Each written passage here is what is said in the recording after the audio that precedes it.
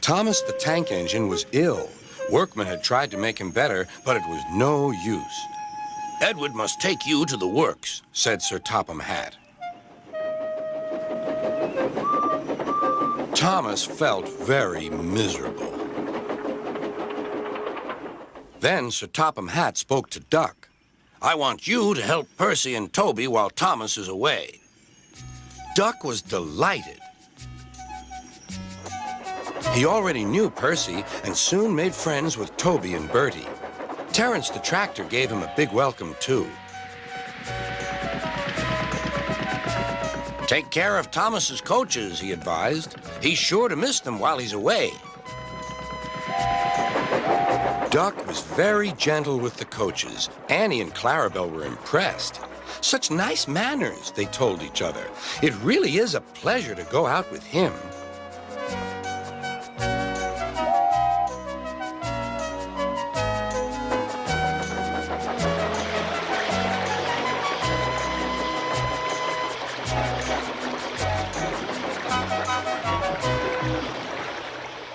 When Thomas came back, Annie and Clarabelle told him how well Duck had managed.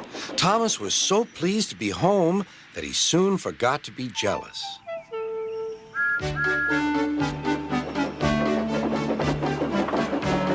The works had left Thomas's handbrake very stiff. It made his brakes seem as if they were on, when in fact they were not.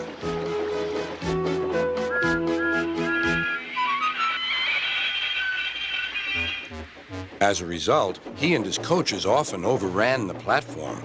Thomas found this most embarrassing. Gradually, his driver and firemen learned to be extra careful. But one day, Thomas's fireman was ill, and a relief man took his place.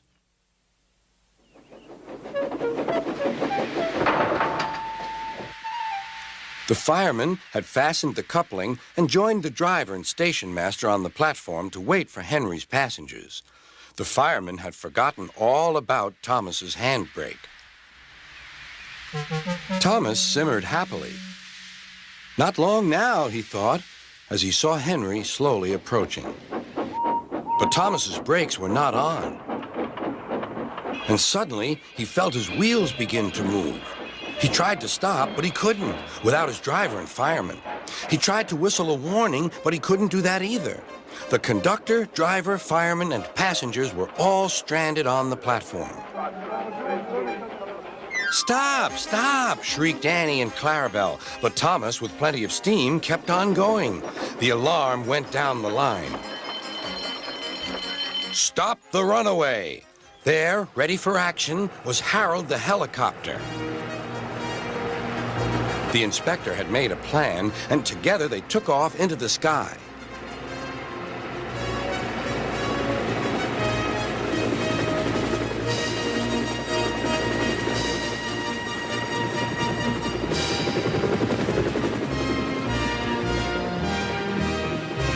At last, Thomas was tiring. "I need to stop! I need to stop!" he panted wearily. As they neared the next station, Thomas saw Harold land.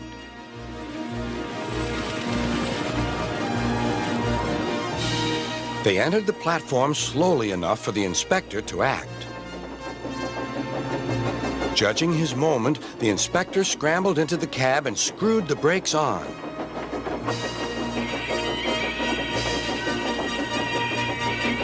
At last, Thomas stopped. Both he and the inspector were very relieved. Then they thanked Harold.